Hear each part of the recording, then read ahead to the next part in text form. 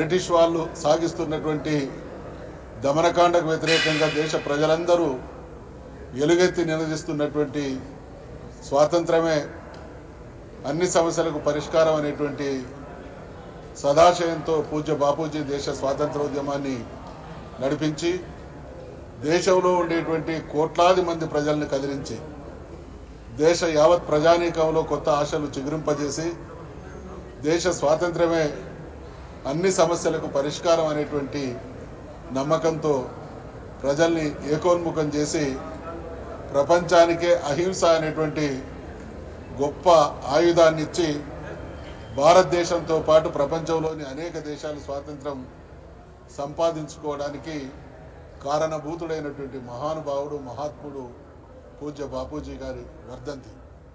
ఈ సందర్భంగా దేశానికి స్వాతంత్రం వచ్చిన తర్వాత అనేక పార్టీలు అనేక పాలకులు ఈ దేశాన్ని రాష్ట్రాలను పాలిస్తూ వచ్చింది. కాంగ్రెస్ పరిపాలించినటువంటి సుదీర్ఘ కాలంలో గాంధీజీ గారు కలలు కన్న దేశ ప్రజలు ఆశించినటువంటి అభివృద్ధి జరగలేదు. పోటీ ప్రపంచంతో పోటీ పడలేనటువంటి పరిస్థితి ఈరోజు కూడా కొనసాగుతూ ఉంది.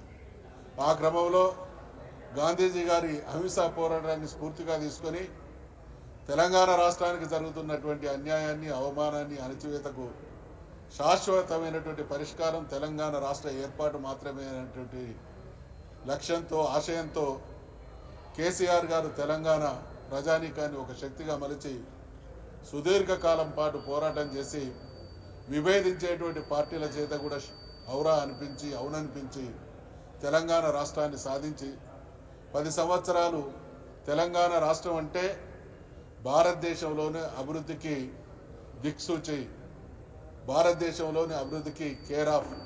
కొత్త రాష్ట్రమైన ఒక ప్రభుత్వాధినేత ఒక పార్టీ తలుచుకుంటే ఆ రాష్ట్ర ప్రజల జీవితాల్లో ఎటువంటి వెలుగు మార్పు అభివృద్ధి సాకారం చేయవచ్చు అనేటువంటి విషయాన్ని కేసీఆర్ గారి 10 సంవత్సరాల పాలన తెలంగాణ ప్రజలందరూ కూడా అనుభవించింది. ఆ రకంగా పాలన సాగుతున్నటువంటి క్రమంలో కాంగ్రెస్ పార్టీ ఎన్నికల సందర్భంగా అనేక హామీలు ఇచ్చింది.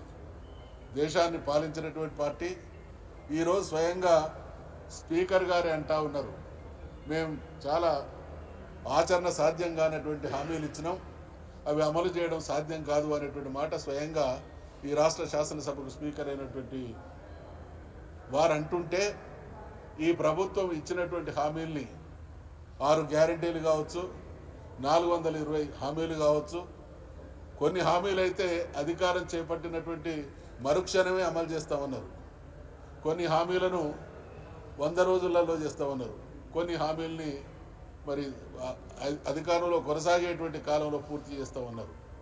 ఈ రకంగా ఏ ఒక్క హామీ కూడా అమలు చేయక తెలంగాణ అంటే మరొకసారి ఆత్మహత్యలకు కేర్ ఆఫ్గా దిగజార్చుతున్నటువంటి దుర్మార్గపు పాలన తెలంగాణలో కొనసాగుతున్నది. కాబట్టి ఈ ప్రభుత్వం ఏర్పడి 420 రోజులు అవుతున్నటువంటి సందర్భంగా ఇచ్చినటువంటి హామీలను నెరవేర్చాలనేటువంటి డిమాండ్తో ఈ దేశానికి స్వాతంత్రం సముపార్జించి పెట్టి ప్రజల జీవితాల్లో గొప్ప మార్పు వస్తుందని ఆశించినటువంటి ఆ మహానుభావుని వర్ధంతి సందర్భంగా వారికి తెలంగాణ రాష్ట్ర వ్యాప్తంగా బీఆర్ఎస్ శ్రేణులు ఈ ప్రభుత్వం వల్ల అన్యాయానికి గురవుతున్నటువంటి ప్రజానీకం అందరూ కూడా ఏకోన్ముఖంగా గాంధీ గారికి విజ్ఞాపన పత్రాలు సమర్పించుకుంటా ఉన్నారు.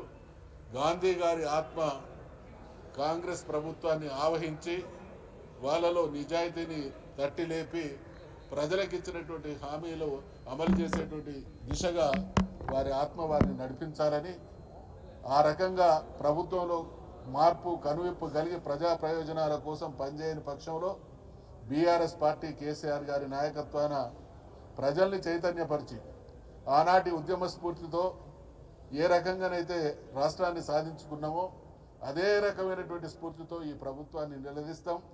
తెలంగాణ ప్రజలు అన్యాయాన్ని మోసాన్ని సహించరనేటువంటి విషయాన్ని చాటుతామనేటువంటి హెచ్చరిక చేస్తూ సెలవు తీసుకుంటా ఉన్నాం.